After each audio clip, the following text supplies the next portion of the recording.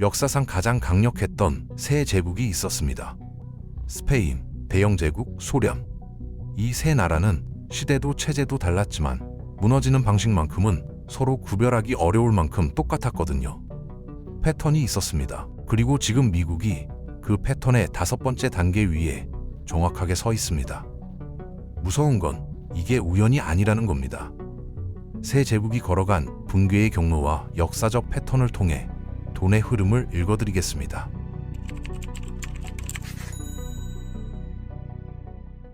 먼저 한 가지 오해부터 짚고 넘어가야 합니다.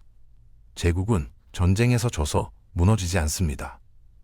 역사 속 초강 대국들은 전부 외부의 적이 아니라 내부의 구조적 모순에 의해 스스로 무너졌거든요.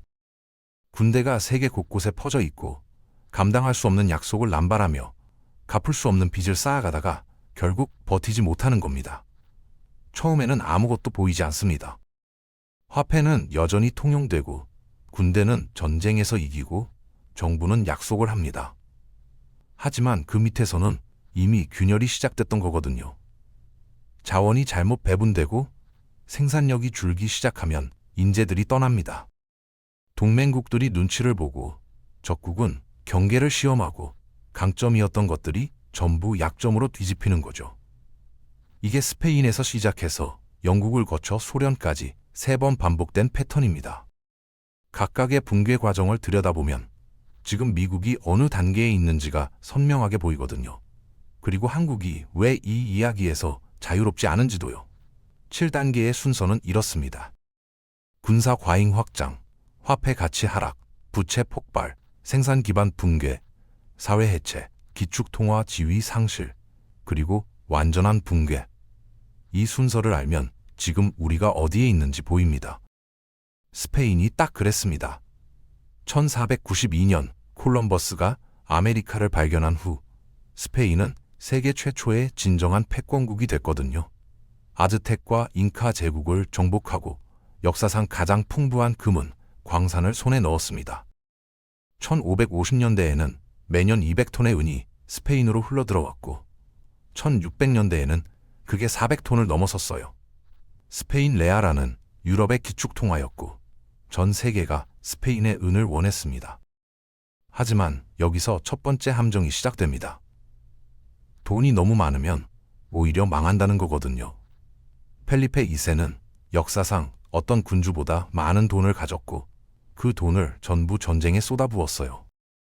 지중해에서는 오스만 제국과 네덜란드에서는 독립군과 영국 해군과 필리핀과 아메리카에서 동시에 전쟁을 치렀습니다. 1580년이 되면 군사 비용이 전체 세입의 절반을 넘어갔고 그래도 부족했습니다. 그러자 화폐를 손대기 시작합니다. 순은으로 만들어야 할 동전에 구리를 섞었고 나중에는 구리가 75%를 차지하게 됐어요. 액면가는 그대로지만 실제 가치는 폭락했고 상인들은 그 동전을 거부하기 시작했습니다.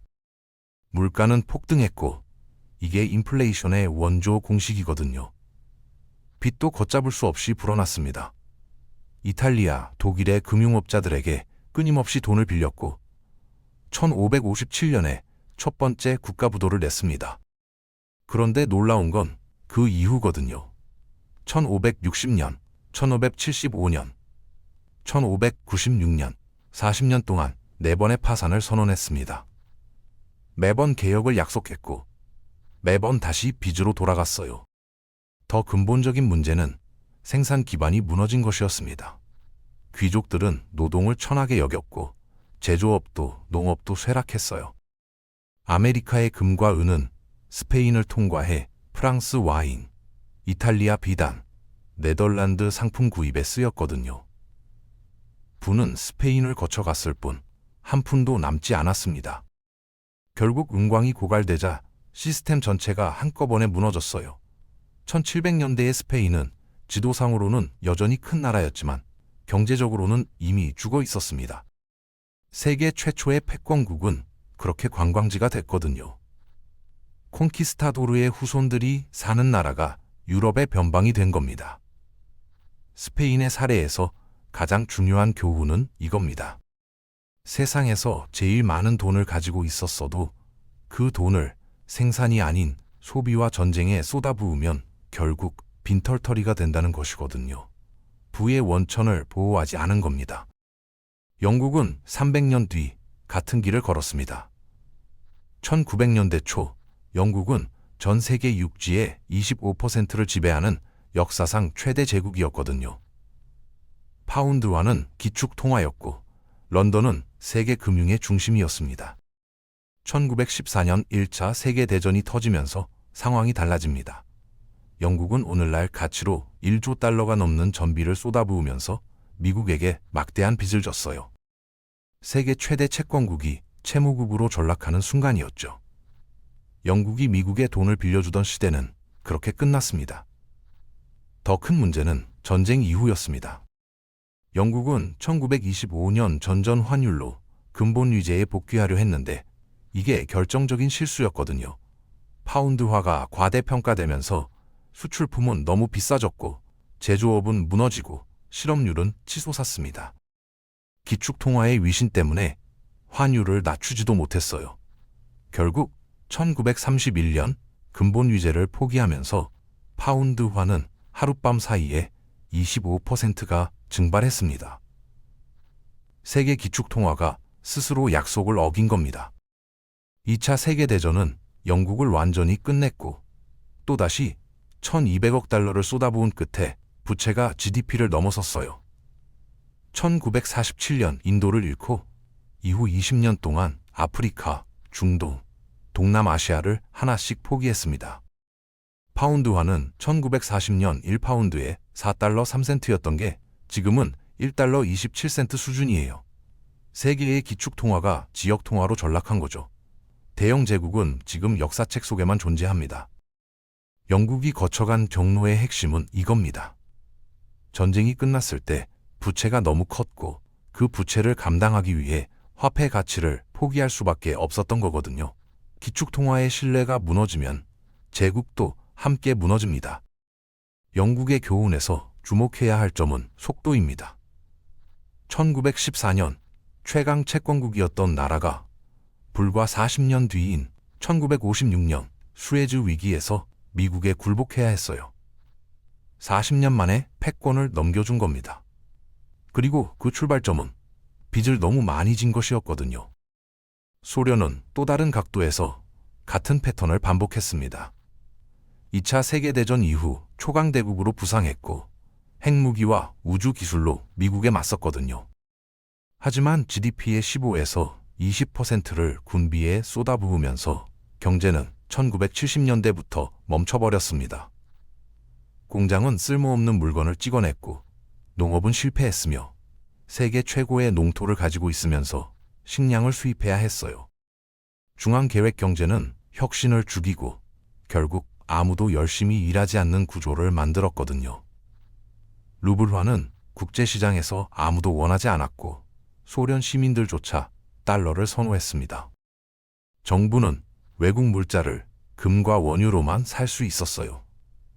인센티브도 없고 혁신도 없고 화폐도 신뢰받지 못했습니다. 1985년 유가가 떨어지면서 소련의 금 보유량이 급격히 줄기 시작했어요. 1989년 베를린 장벽이 무너지고 폴란드, 헝가리, 체코슬로바키아, 동독이 1년 안에 전부 떨어져 나갔습니다. 소련 정부는 막을 힘이 없었거든요. 군사비는 있었지만 군인에게 봉급을 줄 돈이 없었어요.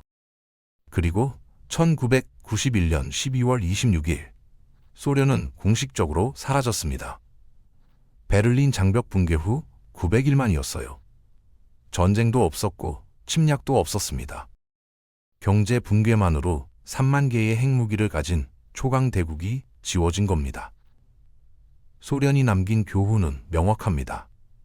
아무리 강한 군사력을 가지고 있어도 그것을 지탱할 경제 기반이 무너지면 체제는 유지될 수 없거든요. 핵무기가 아니라 밥값이 문제였던 겁니다. 국민의 신뢰가 무너지면 끝입니다. 그리고 지금 미국입니다. 현재 미국은 80개 나라에 750개 이상의 군사기지를 운영하고 150개국의 병력을 주둔시키고 있습니다.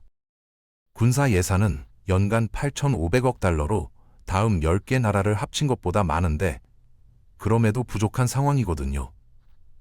중국의 대만 침공, 러시아의 나토 도발, 이란의 호르무즈 해협 봉쇄가 동시에 터진다면 동시 대응 자체가 불가능한 구조입니다. 감당할 수 없는 전선을 유지하는 군사 과잉 확장이에요. 1971년 닉슨이 금태환을 중단한 이후 달러는 순수 신용화폐가 됐습니다. 2000년 이후 통화량은 400% 증가했고 2020년 이후에만 6조 달러를 찍어냈어요. 스페인이 은화에 구리를 섞었던 방식과 본질적으로 같거든요. 형태만 달라졌을 뿐입니다. 국가 부채는 36조 달러로 GDP의 120%를 넘었고 이자만 연간 1조 달러에 육박합니다. 이자 비용이 국방 예산을 이미 넘어섰거든요. 2024년 재정 적자는 평화 시기임에도 1조 8천억 달러였어요. 빚을 갚기 위해 또 빚을 내는 구조가 굳어진 겁니다. 제조업 기반은 중국, 멕시코, 베트남으로 옮겨갔고 수입이 수출보다 연간 8천억 달러 더 많습니다. 트럼프 2기 정부가 관세 전쟁으로 이 구조를 되돌리려 하고 있습니다. 하지만 수십 년간 무너진 제조업 기반이 관세 하나로 복원되지는 않거든요. 의약품, 전자기기, 심지어 군사 부품까지 외국 공급망에 의존하고 있어요. 아메리카의 은이 스페인을 빠져나갔던 것처럼 달러가 미국을 빠져나가고 있는 겁니다. 사회 내부도 심각합니다. 기관에 대한 신뢰가 역대 최저이고 약물 과다 복용으로 연간 10만 명이 사망하며 출산율은 붕괴 수준입니다. 미국 트럼프 정치적 분열은 어떤 개혁도 통과시키기 어려운 수준까지 깊어졌어요. 미국은 지금 7단계 중 5단계를 완료한 상태입니다. 스페인도 영국도 소련도 5단계쯤에 이르렀을 때는 여전히 강대국처럼 보였습니다. 군대는 여전히 있었고 화폐는 여전히 통용됐거든요. 하지만 내부는 이미 무너지기 시작한 상태였어요. 지금 미국이 정확히 그 지점에 있습니다. 트럼프 2기 정부가 관세와 규제 완화로 미국의 제조업을 되살리려 하고 있습니다. 시도 자체는 맞는 방향이에요. 문제는 이미 쌓인 36조 달러의 부채를 어떻게 할 것인지, 그리고 그 부채에서 나오는 이자 1조 달러를 어떻게 감당할 것인지에 대한 답이 없다는 거거든요. 6단계는 달러의 기축통화 지위 상실입니다. 브릭스 국가들이 대안을 개발 중이고 각국 중앙은행이 금을 사들이고 있으며 사우디아라비아는 위안화 결제를 받아들이기 시작했거든요. 중국과 러시아는 위안화와 루블화로 거래하고 달러를 우회한 무역 흐름이 세계 곳곳에서 늘어나고 있습니다. 아직 달러를 대체할 통화가 등장한 건 아닙니다. 하지만 달러 의존도를 낮추려는 움직임은 분명히 가속되고 있어요. 이게 6단계의 초입이거든요. 7단계는 붕괴입니다. 통화 위기가 부채 위기를 부르고 부채 위기가 정치 위기를 불러옵니다. 소련은 5단계에서 7단계까지 900일이면 충분했어요. 그 순서가 맞물리는 순간 초강대국은 교훈이 됩니다. 스페인도 영국도 소련도 전부 자신들은 예외라고 믿었거든요. 그 믿음이 오히려 현실을 외면하게 만들어서 더 빠르게 무너지게 했습니다. 패턴은 예외를 허용하지 않습니다. 수학이 그렇고 역사가 그렇습니다. 우리 한국은 이 패턴의 바깥에 있지 않습니다. 달러 의존도가 높고 수출 비중이 GDP의 절반에 가까우며 미국과 중국 사이에서 균형을 잡아야 하는 구조거든요. 달러의 지위가 흔들리면 환율이 요동치고 수출 기업의 실적이 흔들리며 외국인 자본이 빠져나갑니다. 1997년 외환 위기가 기억나시나요? 그때도 우리는 글로벌 금융 환경의 변화에 준비가 안 돼 있었거든요. 그 교훈을 잊지 않아야 합니다. 달러의 지위가 흔들리고 미국의 패권이 약해지는 국면에서 우리는 어떤 자산을 들고 어떤 나라와 손을 잡고 어떻게 대비해야 할까요? 여러분의 생각을 댓글로 남겨주세요. 이 영상이 여러분의 자산을 지키는 작은 이정표가 되었길 바랍니다. 오늘도 경제를 읽으며 자산을 키우는 하루 되시면 좋겠습니다. 구독과 좋아요는 영상 제작에 큰 힘이 됩니다. 감사합니다.